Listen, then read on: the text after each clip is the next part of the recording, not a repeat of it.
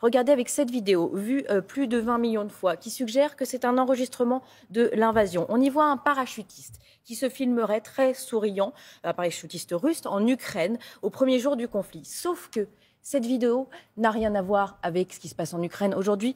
Puisqu'elle a été postée, on peut remonter, vous savez, avec des moteurs de recherche sur la première diffusion d'une vidéo, elle date d'août 2015 et le compte TikTok qui diffuse aujourd'hui cette vidéo appartiendra à la même personne qui aurait diffusé via Instagram. Depuis, le compte a été verrouillé, mais le mal est fait, si je puis dire, puisque d'autres comptes continuent de faire circuler cette vidéo qui est donc toujours présente sur les réseaux sociaux. On va prendre un autre exemple, Olivia, avec des avions russes qui en sont bien, mais qui ne survolent pas l'Ukraine. Oui, plusieurs vidéos ont affirmé montrer l'aviation russe en formation au-dessus de Kiev. Mais une recherche d'images inversées encore a permis de montrer que ces avions, qui sont donc bien russes, volaient en réalité au-dessus de Moscou. Nous étions en mai 2020 à l'occasion de célébrations. Notons que Facebook quand même a signalé cette vidéo comme une fake news sur la page de certains utilisateurs qui la relaient. Les réseaux sociaux font aussi ce travail-là. Et parfois, Olivia, il y a certains médias qui se font prendre au piège.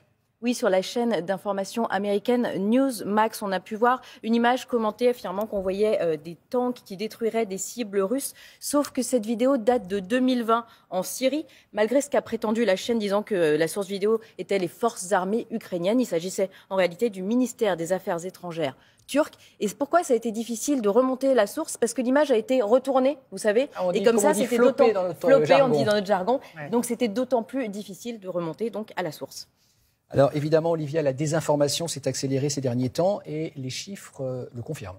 Il y a une plateforme en ligne qui s'appelle Mythos Lab, qui est spécialisée dans la lutte contre les intox, qui a mesuré récemment le volume de tweets russes liés à la désinformation en Ukraine. Résultat, le nombre de messages a explosé de plus de 3000% depuis septembre. C'est un record. Alors l'Ukraine a lancé un centre de lutte pour essayer de lutter contre ça. La propagation de fake news, c'est un moyen très prisé par le Kremlin pour déstabiliser et démoraliser la population ukrainienne.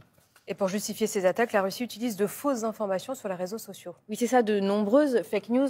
Ils se servent de fake news comme argument finalement à ces attaques et toutes sortes de fausses informations ont été fabriquées. Par exemple, on a montré une explosion de voitures en prétendant qu'il s'agissait d'une opération de l'Ukraine contre le chef de la police de Donetsk. Il y a eu également beaucoup de fake news autour de groupes ukrainiens ou militaires qui auraient soi-disant attaqué des usines chimiques. Et c'est la messagerie Telegram qui est particulièrement utilisée pour relayer ce genre de messages.